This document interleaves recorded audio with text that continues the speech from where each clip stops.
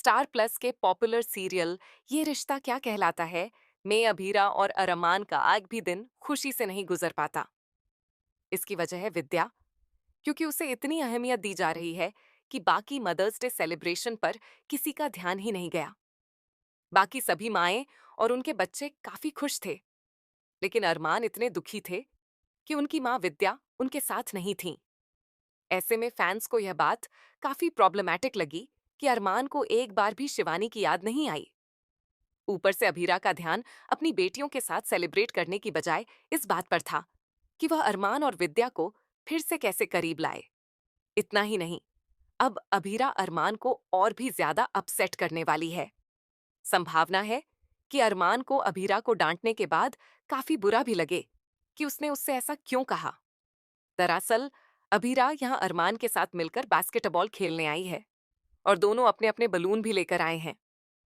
जब अरमान ने अभीरा से कहा कि बलून संभाल कर रखना, तभी अभीरा ने देखा कि किसी पर बास्केटबॉल गिरने वाली है। ऐसे में दूसरे हाथ या किसी और तरीके का इस्तेमाल करने की बजाय उसने बलून आगे कर दिया, जिससे वह फट गया। जबकि वहां और भी कई तरीके थे जिनसे लोगों को बचाया जा सकता था और बलून भी नहीं फटता। लेकिन बलून फटने की वजह से अरमान काफी डिसअपॉइंट हो गया और उसने अभीरा से कह दिया कि उसे थोड़ा सेल्फिश बनना चाहिए। अब अभीरा की महानता अरमान को भी इरिटेट करने लगी है। एक यूजर ने कहा, अरमान ने अपनी मां को 2 बार खोया।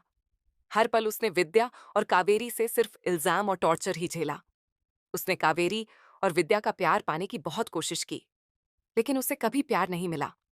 उसे शिवानी से प्यार मिला, लेकिन वह भी उसे खोना पड़ा। विद्या के धोखे की वजह से उसका ट्रॉमा बहुत बढ़ गया है, लेकिन उसका शिवानी को याद ना करना मुझे बिल्कुल पसंद नहीं आ रहा। एक और यूजर ने कहा, वह यहाँ स्लीवलेस आउटफिट में बहुत हॉट लग रहा है। उसका स्टाइलिश वाइब काफी अट्रैक्टिव है।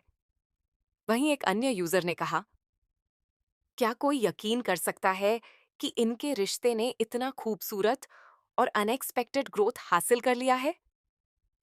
एक और कमेंट आया, वह बचपन में अपनी मां से दूर हो गया था और जब दोबारा मिला तो हमेशा के लिए फिर दूर हो गया। दूसरी तरफ उसकी दूसरी मां उसकी जिंदगी बर्बाद करने पर तुली हुई है। वहीं एक यूजर ने कहा, मैंने अभी प्रोमो देखा। मुझे पता था कि अभीरा सबसे पहले अपना बलून फोड़ेगी, लेकिन इतने बेवकूफी भरे तरीके से नहीं। कोई लोगों को बचाने के लिए बलून इस्तेमाल करता है क्या? वह आसानी से उसे हाथ से खींचकर भी बचा सकती थी।